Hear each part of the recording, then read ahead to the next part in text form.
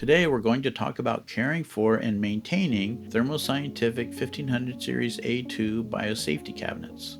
This includes regularly decontaminating surfaces in the work area and periodically decontaminating the drain trough.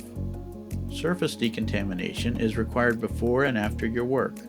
The 6th edition of Biosafety in Microbiological and Biomedical Laboratories, which is also known as the BMBL, suggests using a 70% ethanol solution or a 5% sodium hypochlorite solution. If you use bleach, you'll need to wipe the surface a second time with sterile water to remove any residue, otherwise the work surface may corrode. Applications and requirements vary, so it's important to use what's best for your work. You'll want to clean from top to bottom and back to front during this step.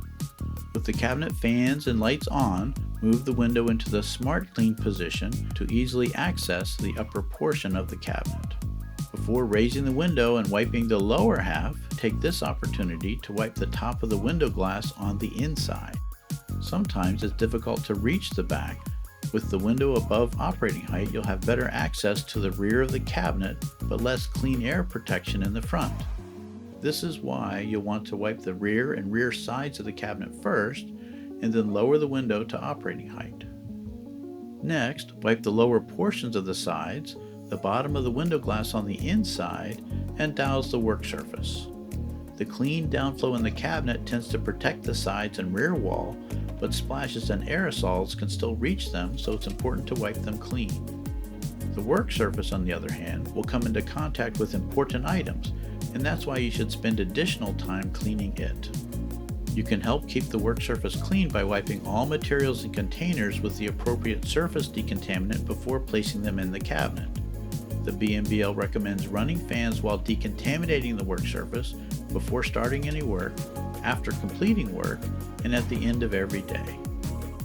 Cleaning the drain trough is necessary as well, but it does not need to be done as frequently according to both the Canadian Biosafety Handbook and the BMBL. To establish a routine, start by cleaning the drain trough monthly or quarterly and pay close attention to how dirty it gets.